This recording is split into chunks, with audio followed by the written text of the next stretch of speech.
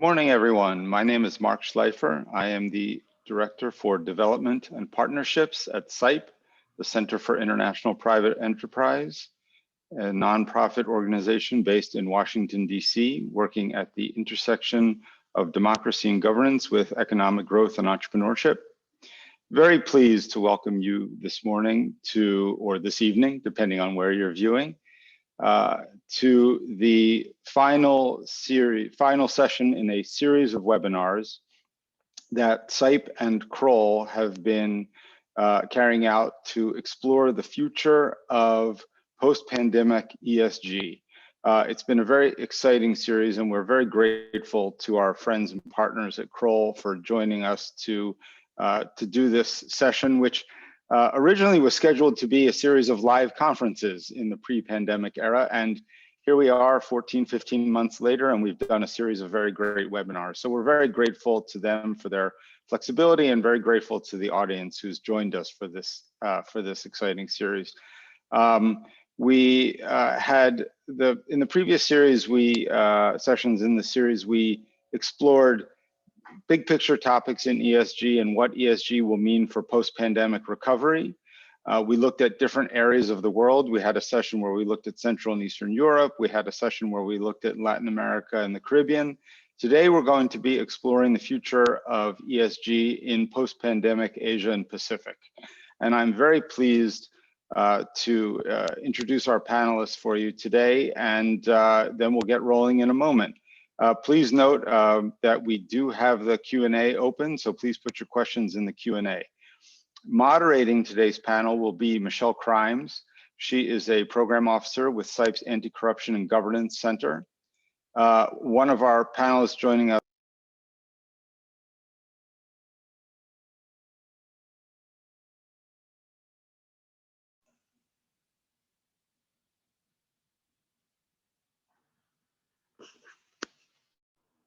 Marc, you've been muted. Sorry, I muted myself. We've got joining us from Hong Kong, Richard Dailly, who is Managing Director in the Business Intelligence and Investigation Practices at Kroll in Hong Kong. And then we've got John Morrell, who is CIPE's Director for Asia Pacific, based in our Washington, D.C. office. Sorry for losing the audio there, but with no further ado, I'll turn it over to you, Michele. Please enjoy the panel, and again, put your questions in the Q&A.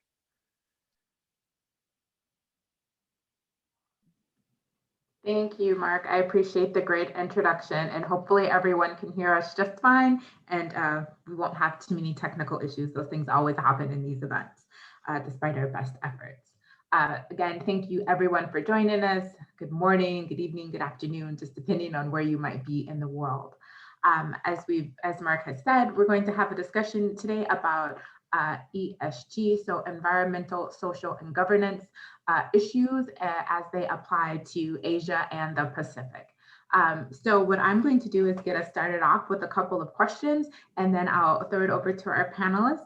And so I think one of the first questions that I would like to ask is sort of what are some of the trends that we're seeing around ESG in Asia Pacific, and sort of how do we think the pandemic has perhaps impacted or maybe not impacted some of those issues?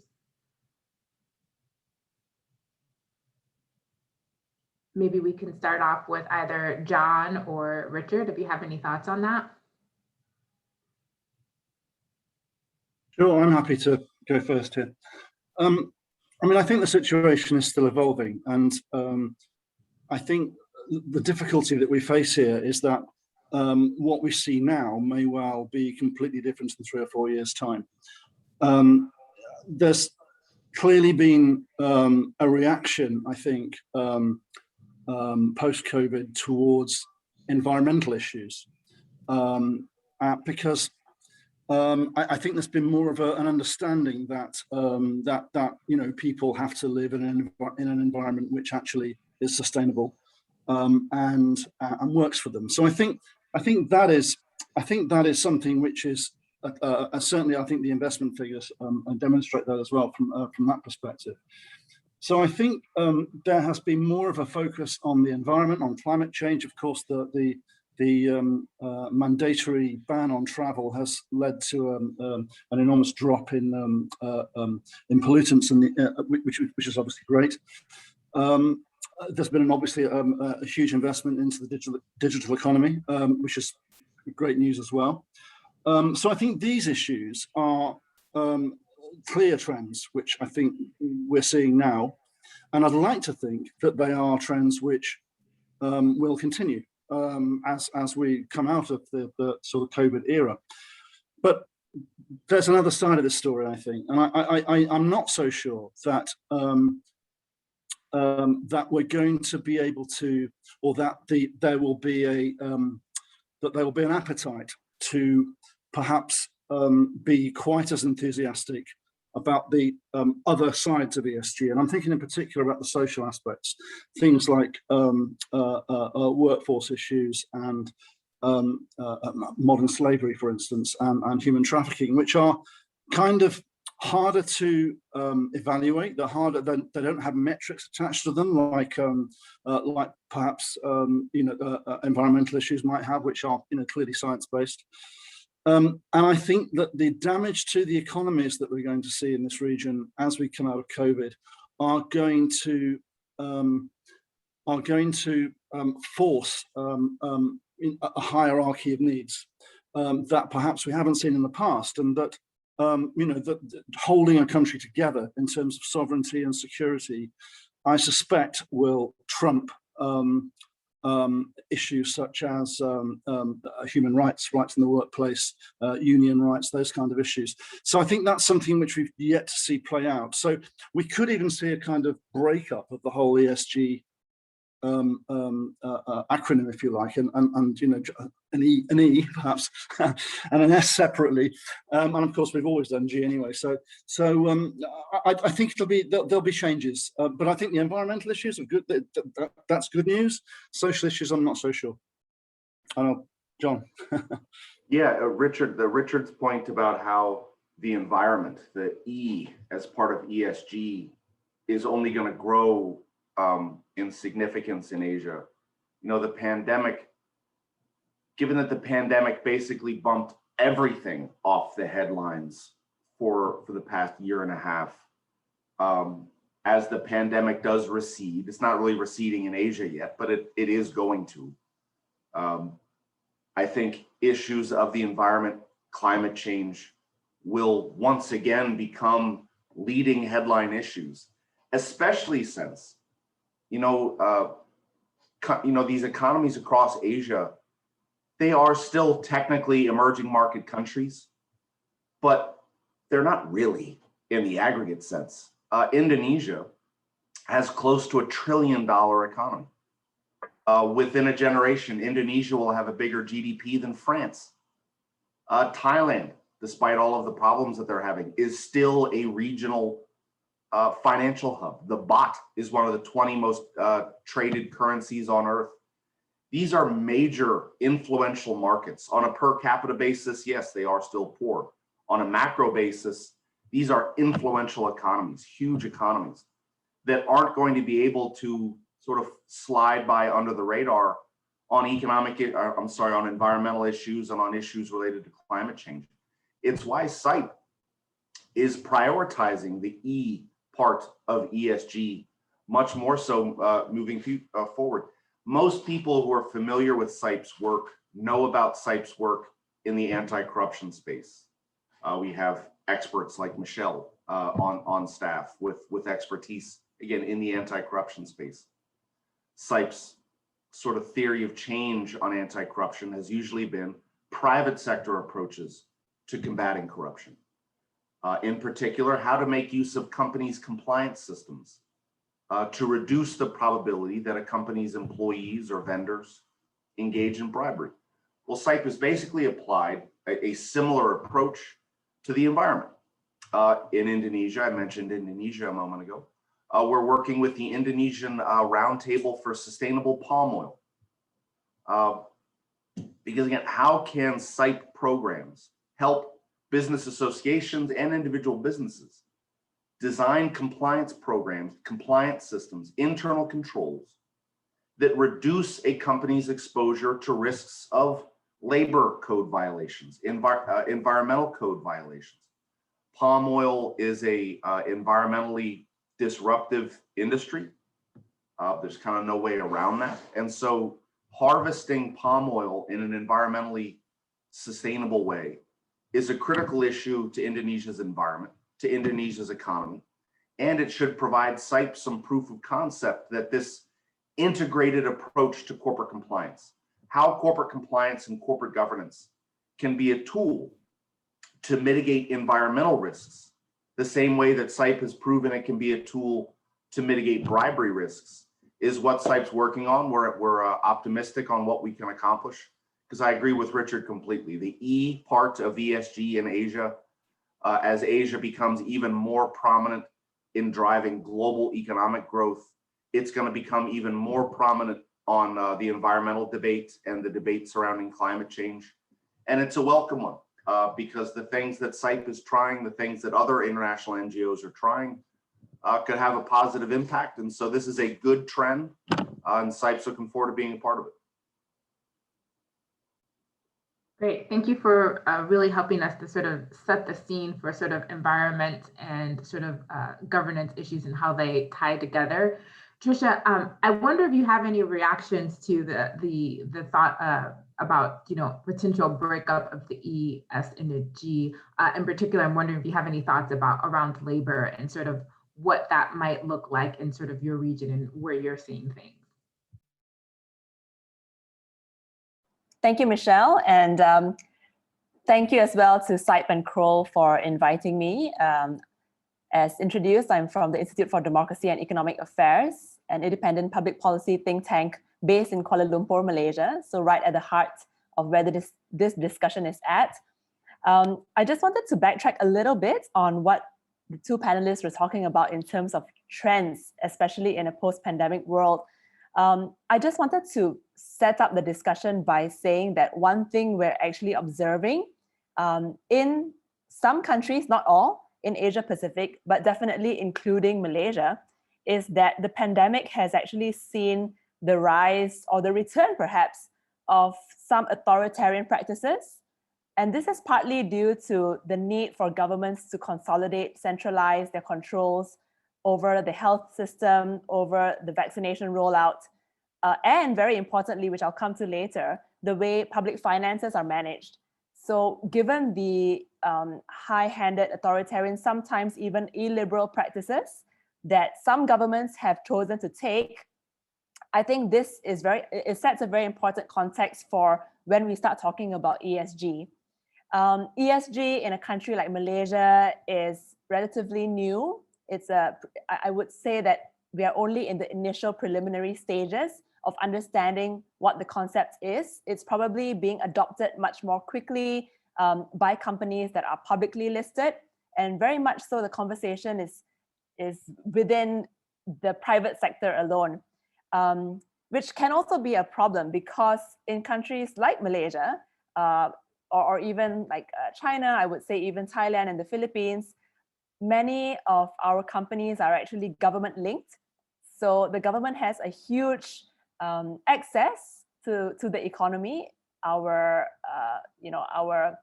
economy is about 50% controlled by the government in some way or other, the publicly listed companies at least.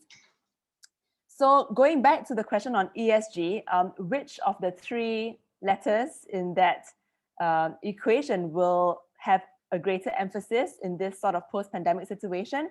I wanted to talk a little bit about the S part. So I think my two panelists have talked about environment.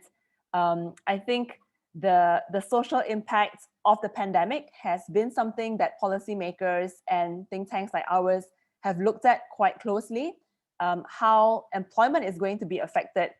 And I think you mentioned labor. So the labor conditions, I think in a global pandemic, conditions are actually even worse as the margins are even cut thinner than ever.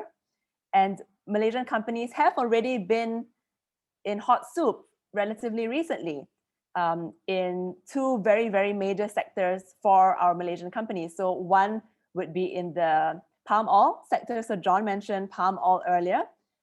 Two of our very, very large companies, Sime Darby and Felder Global Holdings, had their palm oil banned from the United States following claims of forced labor and so on. So palm oil I think palm oil exports into North America only represents a very small percentage of palm oil distribution globally. However, this definitely is going to impact on our palm oil industry. And of course, there's going to be a lot of competition between Malaysia and Indonesia. So Indonesia and Malaysia collectively contribute about close to 80% or more of the global palm oil market. So you will see some competition there. And if Indonesia manages to improve itself in terms of its labor conditions, I think that's where the competition will come from Malaysia. And then of course, there was another big news item on the glove manufacturer. So Top Glove is a company coming out of Malaysia, and of course, products from the Malaysian factories have been banned from going into the US, and that represents a very huge chunk of Top Glove specifically exports. Now, the latest that I've heard is that the gloves that are being manufactured in factories other than those located in Malaysia are being accepted into the United States, but not those from Malaysia. But Malaysia constitutes probably the majority of the factories here. So I think there is a lot of global attention being given to the conditions of labor in Malaysia. And I think while these companies are trying to grapple with these international expectations and demands, I think one other thing to really look at is, and I go back to how countries are grappling with this very large fiscal cost that the pandemic has implicated, and as governments roll out very, very large stimulus packages to try and resolve the economic situation, there are very heavy costs involved in meeting these standards of ESG. And of course, in Malaysia, we don't yet have a very clear standard for what each of the E, S, and G would entail. But given that there are costs involved, and again, linking this back to the fact that many companies in Malaysia are government linked, I think the question for companies in Malaysia, many of which are state-owned, so state-owned enterprises, would they be willing to sacrifice some costs for their profit bottom lines in order to satisfy a growing public interest in E, S, and G? And I would say that while climate change is starting to be something that people are aware of, I think in a country like Malaysia, the social part of things and governance would probably be taking a more prominent position at the moment. I'll stop there for now. Thanks. No, you made some really great points that I'd like to link back to and maybe ask both Richard and John a few questions. But before I do that, I'd like to just remind everyone that if you've had any reactions or if you have any questions for either of our or any of our panelists, please go ahead and use the Q&A function. We will be having time set aside at the end, and we will have a Q&A session, and we'd really love to hear from you and to also make sure that we're answering some of your questions. So don't forget to use the Q&A for that.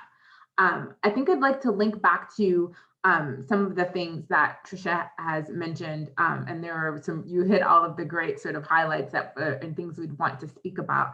I think one of the things that I do like to ask, because we need to think about all the context of ESG and different types of companies that are attempting to understand and perhaps utilize yet to be formed ESG standards, I think is a fair way to put it in some areas. I'm wondering, when we think about this, what are some of the challenges that companies might be facing as they're attempting to sort of change their behavior? And I think there are two parts to this. What might be different for perhaps an SOE or a GLC, and then sort of what might be different, what might be the challenges for other companies that are not state-owned enterprises?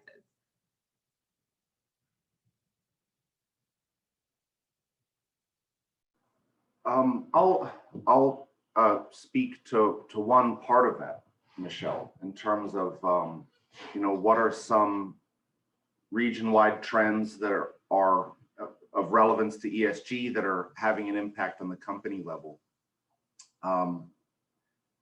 You know, there's a lot of talk in Washington, D.C. I'm calling in from Washington, D.C. There's a lot of talk here about China, all the things that China is doing.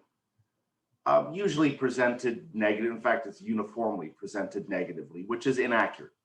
Everything that China is doing isn't bad. China is, you know, it's a gross oversimplification and inaccurate to label China as a universally malign influence. That's inaccurate.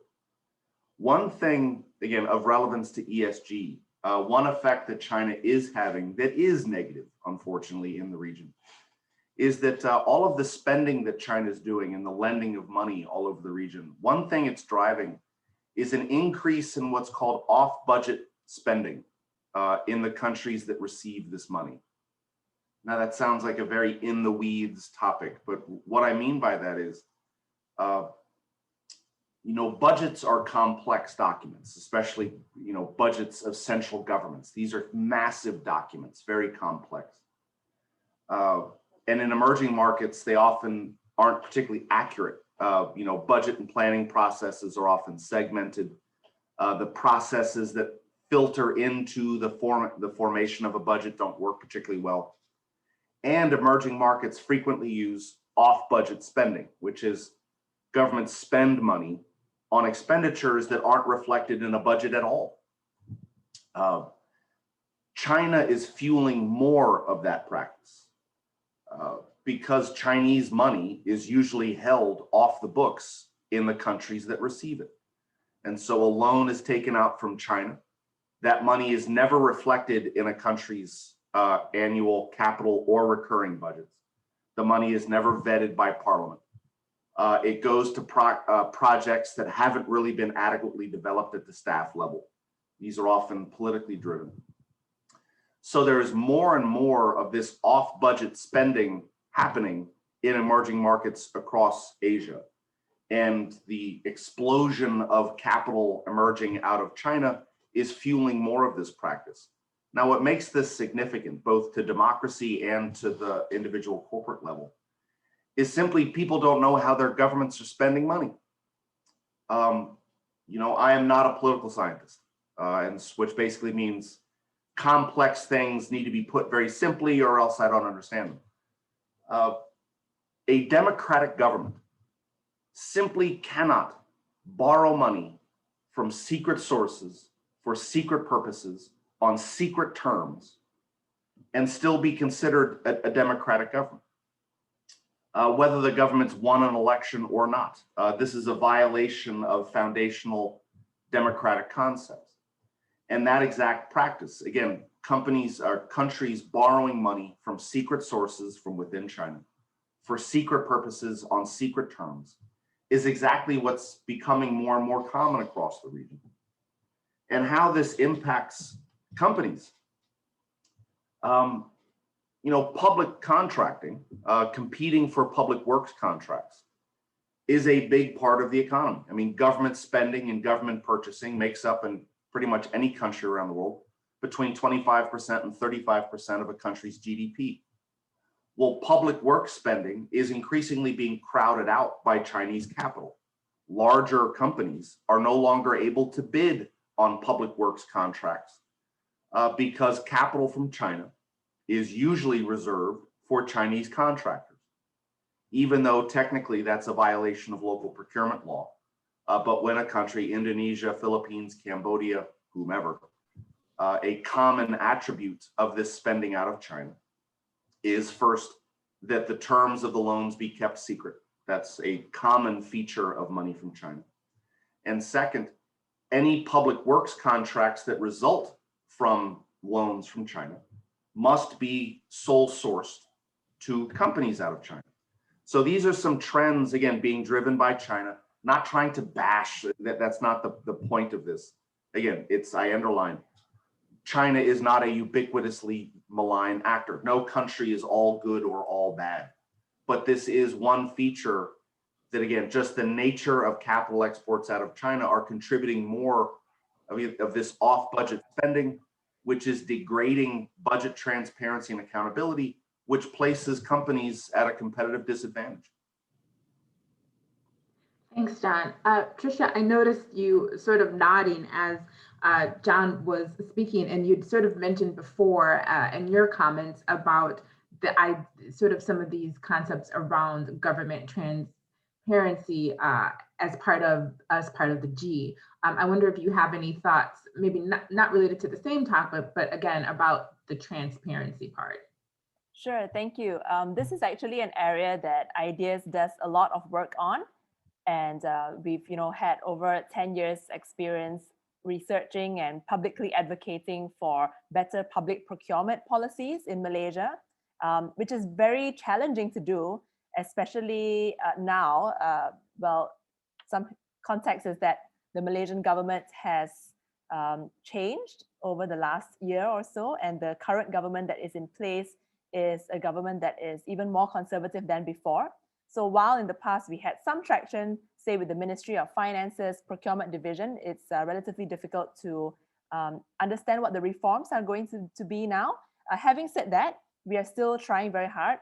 The government is going to legislate for a Government Procurement Act, which supposedly ensures greater transparency in how procurement operates. In a country like Malaysia as well, we have what's called race-based affirmative action policy, which provides favorable conditions to the majority ethnic group, the Malays, or called the Bumiputra in Malaysia. This was instituted to ensure that the Bumiputra population would have its poverty alleviated since the 1970s. However, this has also been a source of great corruption, specifically in procurement. But I just also wanted to talk about transparency in China-based projects, just because this was brought up. And Ideas has been doing a big regional study on the BRI, so the Belt and Road Initiative under China, which is actually supported by CIPE. And based on this BRI Monitor initiative, we've been looking at projects around the region, and we find that, of course, several of these projects involve opaque decision-making processes, opaque procurement processes, as mentioned earlier, generally low levels of information disclosure, which undermines the governance and accountability of the project companies. And because of these weak governance structures, we see examples of project cost overruns, project extensions, construction activities without environmental assessments, and even cases of corruption. So here you can see where the E and the S and the G all coalesce together. And it's really difficult to extricate one from the other. So I do still see a case for putting them together. In Malaysia, one of the biggest BRI projects is this thing called the ECRL, the East Coast Rail Link. And there is a special purpose vehicle, but the problem is the governance of the project is also weak. And the EIA, the environmental impact assessments, have not yet been done on the last portion of the track. So in short, the governance structures of many of these mega public infrastructure projects, whether BRI or not, in countries in Malaysia as well as in the region, these public infrastructure projects are the ones that are in need of greater transparency structures, which I think citizens don't understand enough about, because these are highly complex. Many times also they're done via PPPs, public-private partnerships, and they're not governed by the government rules, the government's existing fiscal rules. So this adds a lot of complication in terms of finding the information in the first place and finding out whether there's feasibility for the project to run at all. Thank you. Great, thank you, Tricia. I'd like to bring us a little bit back to sort of talking more about sort of investors and business behaviors. And so we actually did get one question in our Q&A, and it's for Richard. So Richard, I'm going to read this question for you, and I think you, based on a few things you've said, I think you might have some responses. So how are companies in Asia responding to increased emphasis by investors and consumers to ESG concerns?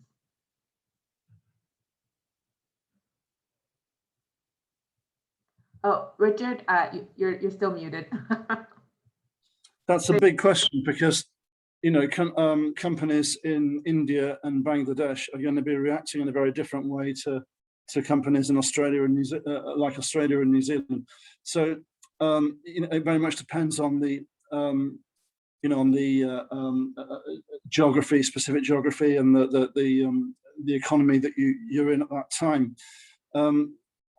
I think some of those developed nations, and I'm thinking particularly of Japan, Australia, New Zealand, are very well placed to move forward with high technology and as we talked about, the digital economy and pharmaceuticals, for instance, and I think that they are in a very good position to bounce back and with very little damage to the economy. And I'm sure that the private sector in those countries, I know that the private sector in those countries is already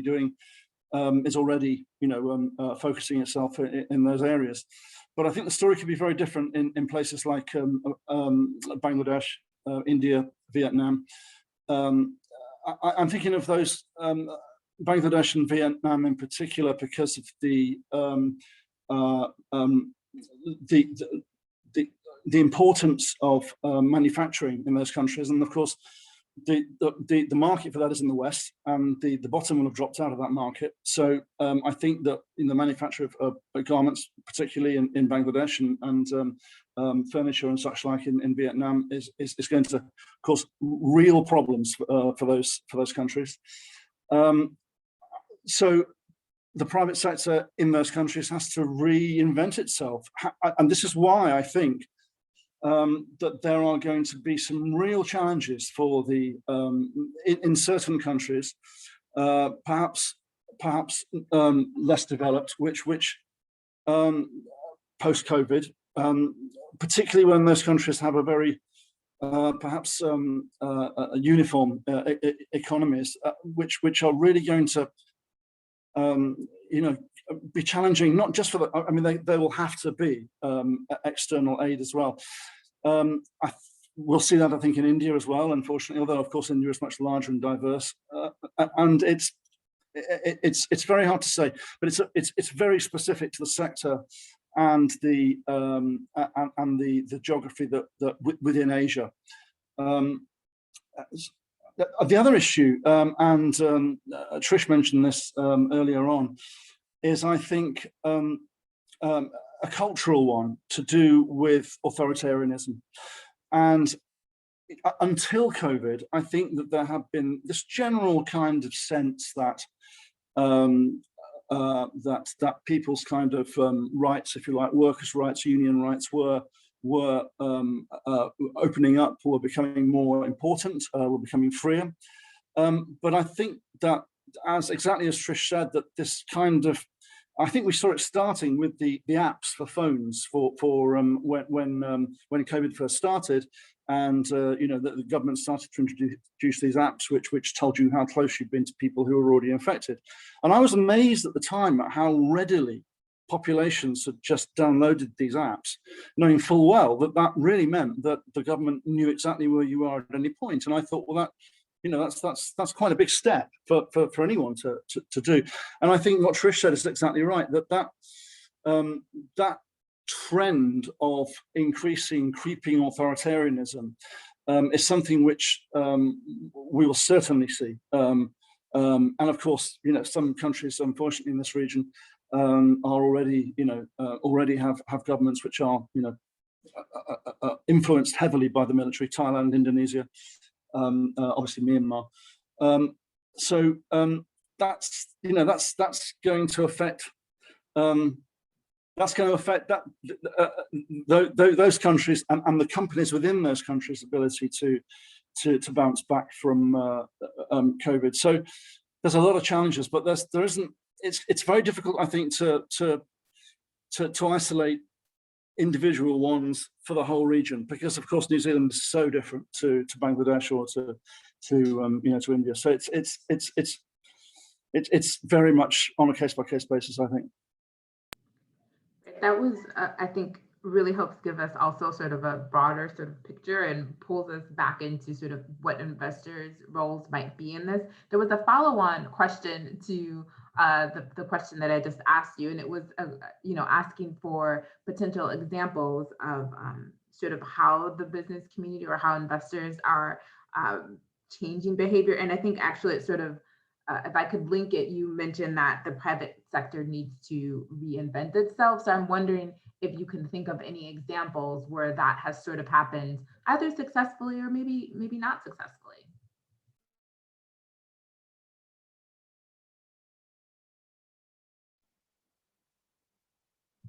Richard, you're muted.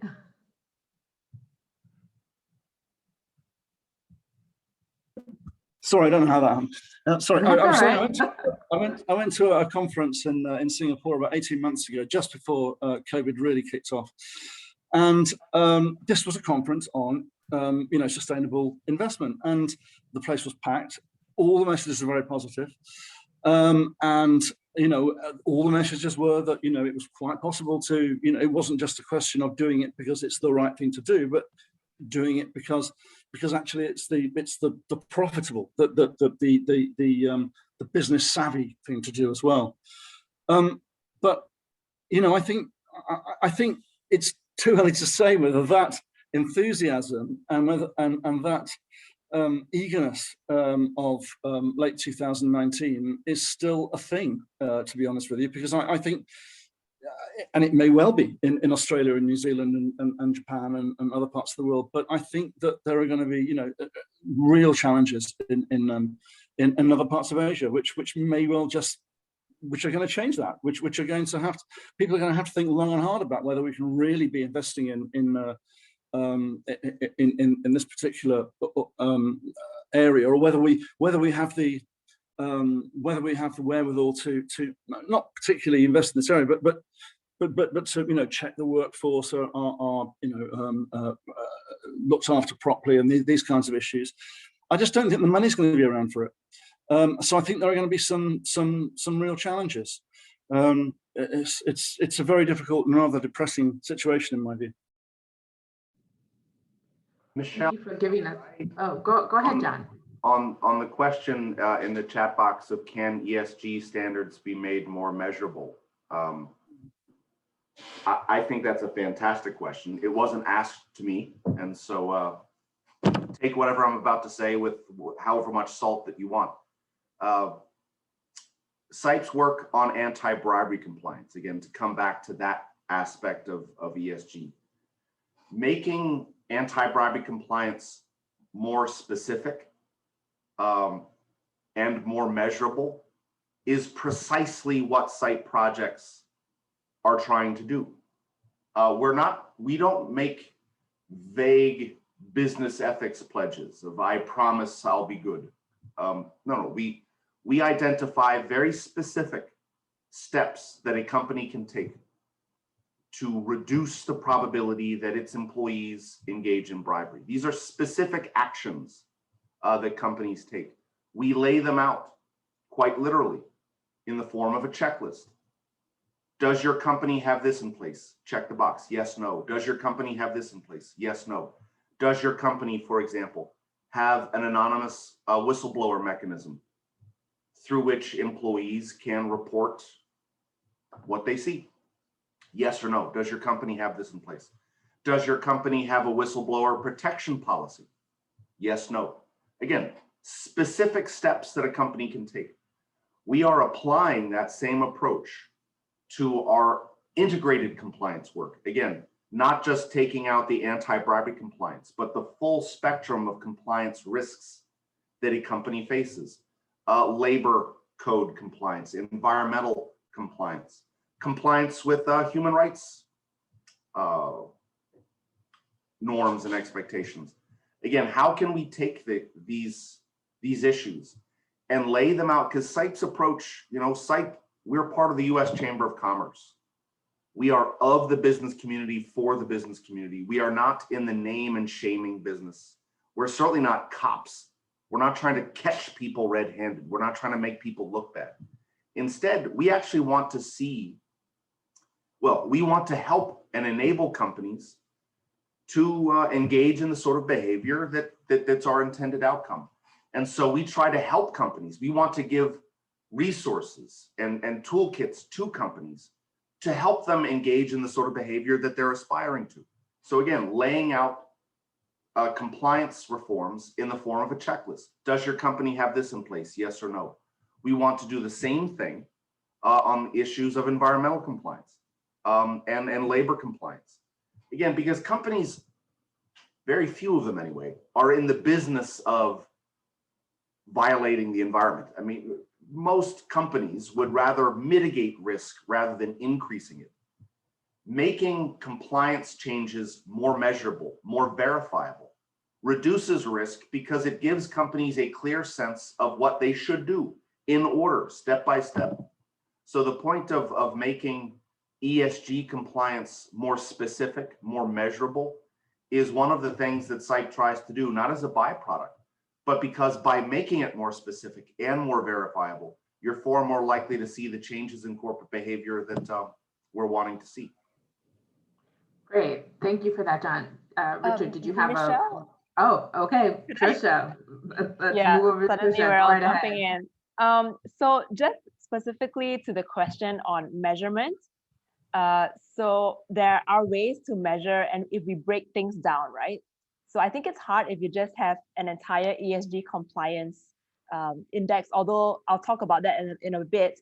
But for the governance aspect, like IDEAS is the think tank that does the Malaysia version of the Open Budget Survey, which is an international budget transparency measurement tool to check how transparent the governments are in terms of its budget management and how much public participation there is. Something that's perhaps more relevant for the private sector would be something that's called COST, the Construction Infrastructure Transparency Initiative.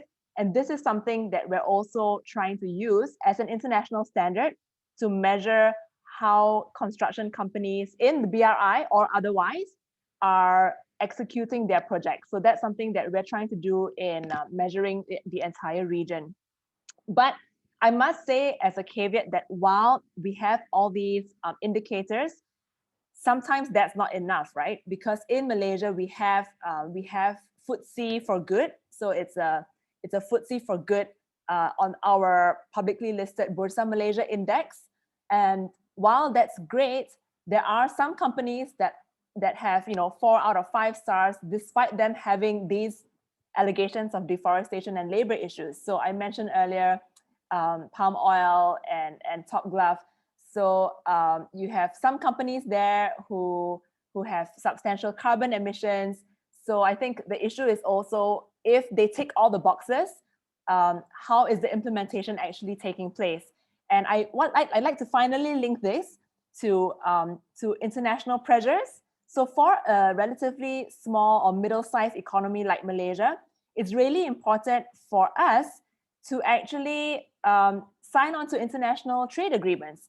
So we've signed on to the RCEP, and there's also a big negotiation taking place now on the CPTPP, which is the new version of the old TPPA. And part of these agreements would require that labor reform is conducted, as well as public procurement reform and reforms over state-owned enterprises, without which it's very difficult for a small country like ours to be able to reform from within, which is the other side of the argument that people here tend to talk about. So IDEAS really takes a stand that these international agreements would actually help us to push ourselves, to push our companies locally to do better. Great, thank you for that, Tricia. I have one quick follow-on question for Tricia, and then I'll move to Richard. So Tricia, what I wanted to ask as a follow-on is, how can investors find the right investment targets in a country like Malaysia, given some of those evaluations or considerations? Yeah, this is tough. Of course, as a Malaysian, I would have to be a little bit nationalistic and try to attract investment into the country, but I think the question is targeted, right? So if there are concerns about any of the ESG issues, yeah, I think the best way is to really link up with organizations that have done the research on specific sectors that they're interested in. I would say that I'll just talk about palm oil again, just because it's so international and many countries do import from Malaysia. So Malaysia is under pressure, right? So despite them saying that, okay, we are going to do some rudimentary things, I think the response is good in the sense that they're trying to turn things around. Malaysia also responds to pressure from the EU, for example. So one of the concerns that the EU has is palm oil biofuel. And in fact, it actually represents only a very small percentage of the entire palm oil imports into Europe. But still, the concerns there have gotten companies here to sit up and take watch. So how can they find areas of investment? I would say do the research. That's something that perhaps think tanks like ours or other research organizations have published on our websites, and that's a good place to start, as well as looking at what the compliance has been from the regulator's point of view. So our regulators would be like the Securities Commission, for instance. Great, thank you for that. Richard, I want to come back to you. I know that you had some things you wanted to share. Please go ahead. Yeah, I mean, I wanted to kind of throw the cat amongst the pigeons a bit, really, because I've been working on the modern slavery issue, and I know it's not necessarily post-COVID for a few years now. And this comes back to the points that John was raising earlier on about measurable compliance procedures. The reality is that any supply chain beyond about tier 2, not many companies actually know who's making what. No company has a clear view of their own supply chains. No company does. And am I on mute? No, I'm not. Okay. And the second thing is, of course, that the Modern Slavery Act, the modern slavery legislation, the most recent major one was in Australia. And that was modeled on the UK Act. It has no financial sanction. So unlike, for instance, the FCPA, the Financial Foreign Corrupt Practices Act, which has huge financial sanction, the Modern Slavery Act doesn't. And I just think that governments around the world don't treat this issue as seriously as they say they do. And I'm afraid this also kind of comes into Tricia's point about FGV, top blah, blah, blah, blah, because I actually don't believe they were the only issues around why the Americans focused on those companies. Because there were examples in Thailand from a few years earlier on where the Americans sanctioned some Thai companies, but it was to do with the balance of trade, not to do with modern slavery, which is what they actually put into the press. So I think there's more going on there than actually meets the eye. And modern slavery is seen as a kind of it's a good excuse to beat people up, but not always actually necessarily the real reason. So first thing is there's no financial sanction. Second thing is and that governments don't take these things as seriously as they say they do. And the third thing, unfortunately, is that I just think that supply chains pretty much across the board are too complicated and too opaque, and it would be very unusual for any company to honestly say they know exactly where everything comes from. I just don't believe they do. Great, Tricia. I have another question that I would like to ask as a follow-on to Richard, but I thought maybe, Tricia, you might have some reaction. So I just want to make sure, otherwise I'll ask mine. Okay, great. So we do have a question from Q&A, which I think is a nice follow-on because we're talking about standards, enforcement. What do they mean? And the question is, what do you think of the FTSE Russell ESG Index? Do you have any thoughts, or is that a little too specific?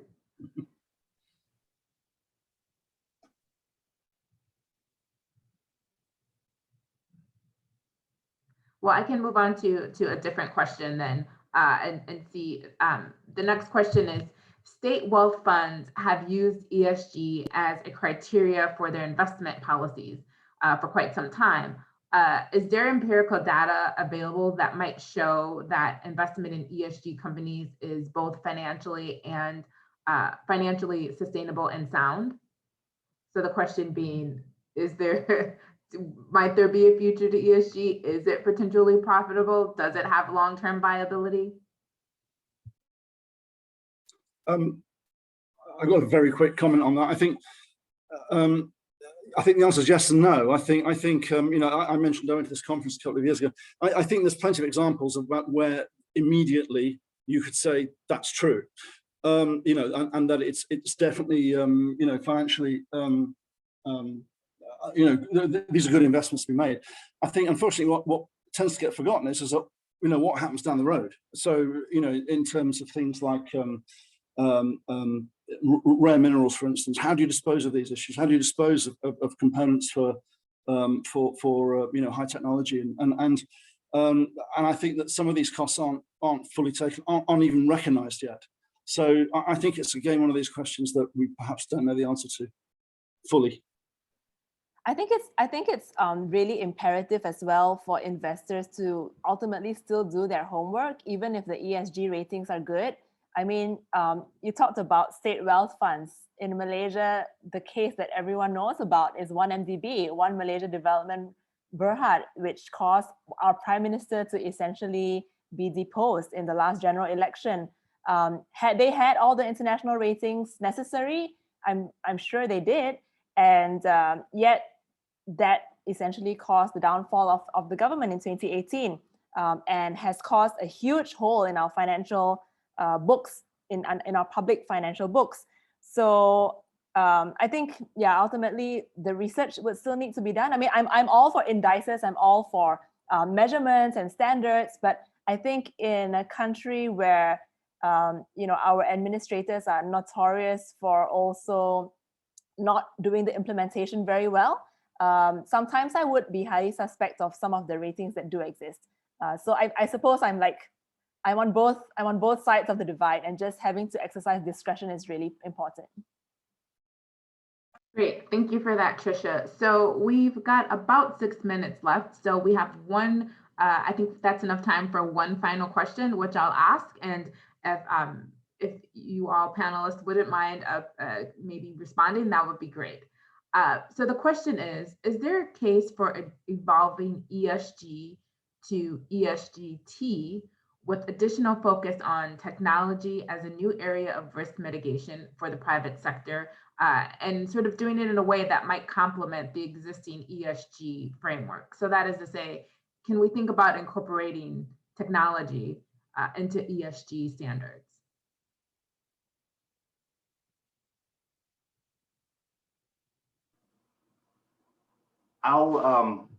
Michele, it's an excellent question of how to, I guess the issue with the T part of it, just by nature of technology, it evolves rapidly. I mean, kind of by design. I mean, the phones that we use today are far more advanced than the phones we used just 18 months ago in computer.